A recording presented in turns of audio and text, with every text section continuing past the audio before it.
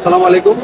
আসলে সত্যি খুব ভয়াবহ পরিস্থিতির মধ্যে দিয়ে পার করতেছি। আসলে ঘরে বসে থাকতে পারলাম না, আর আমরা বিদ্যুৎ বিচ্ছিন্ন, মোবাইল নেটওয়ার্ক কিছুই নেই। আর এই মুহূর্তে আসলে দুঃখের সাথে বলতে হয় আমাদের অনেক বেশি স্পিড বোট বা অনেক নৌকার প্রয়োজন। কারণ আমাদের বিশেষ করে গ্রাম অঞ্চলে আমাদের হাজিরপুর, শিবপুর, পরশুরাম, ফুলগাজী, ছাউনাইয়া সব জায়গায় মানুষ খুব কষ্টে দিন পার করতেছে। আসলে যোগাযোগ করতে পারতেছি না ওদের সাথে। তো আপনারা বাংলাদেশের যে প্রান্তে বিভিন্ন বোট বা নৌকা আছে, একটু প্লিজ ব্যবস্থা করুন। যেরকম পরিমাণে রেস্কিউ টিম প্রয়োজন সেই পরিমাণে এখনও আসেনি। আপনার কাছে অনুরোধ থাকবে, এই মুহূর্তে আসলে আমরা অনুরোধ করা ছাড়া কিছু করার নেই, কারণ আমাদের হাতে কিছু নেই, নেটওয়ার্ক নেই যে যোগাযোগ করবো কোথাও নেই। সবাই ইনশাল্লাহ এগিয়ে আসুন, কারণ আমরা খুব ভয়াবহ পরিস্থিতির মধ্যে দিয়ে আমাদের ফেরি মানুষ পার করতেছি। সবাই দোয়া করবেন। আমি ভিডিওটা আপলোড দেওয়ার জন্য প্রায় 12 তলার উপরে উঠেছি, যাদের নেটওয়ার্ক পাওয়ার জন্য অনেক কষ্টে। হয়তোবা এই ভিডিও বার্তার পরে আবার অনলাইনে থাকবো না।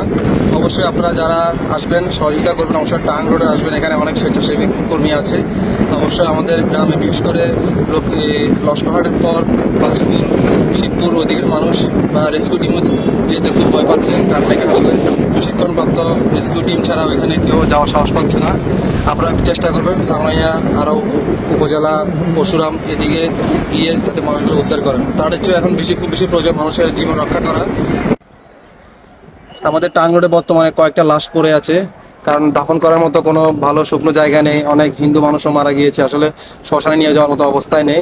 তো আমি বাংলাদেশ সরকারের কাছে অনুরোধ করব, আপনারা আপনাদের সর্বোচ্চ শক্তি প্রয়োগ করে বাংলাদেশের মানুষকে উদ্ধার করুন, না হলে এখানে হাজার হাজার মৃত্যু আমাদের দেখতে হবে।